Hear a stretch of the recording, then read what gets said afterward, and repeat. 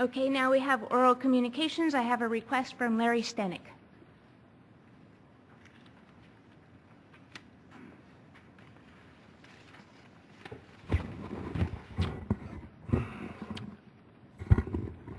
Madam Mayor and members of the City Council, my name is Larry Stenick and I live in the Imperial Manufactured Home Park in Escondido. Back at the City Council meeting on October 7th, Councilman Abed gave a short summary of his visit to an MPAC meeting where June Rady was the guest speaker. Now, June Rady's topic that night was the origins and the development of the short form agreement. And she spoke to an audience of about 100 people. And she told everyone at that meeting how the short form was developed with a blue ribbon commission, which included representatives from the city's attorney's office. She represented the city council. The park owners were involved, their attorneys, and an attorney who represented the interests of the homeowners.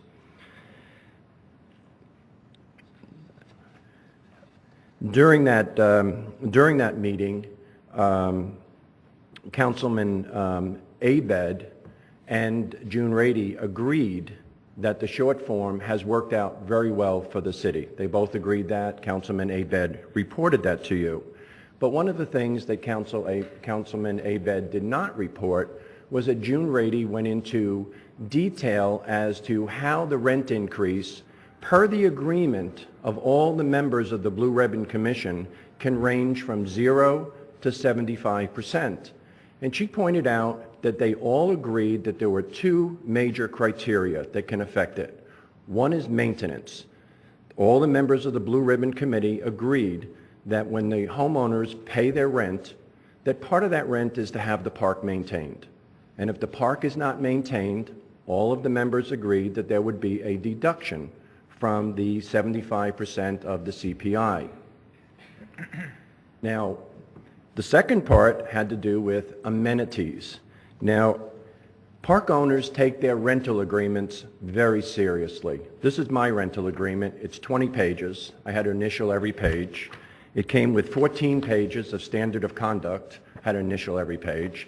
It came with 4 more pages of architectural agreements, which we had to initial every page.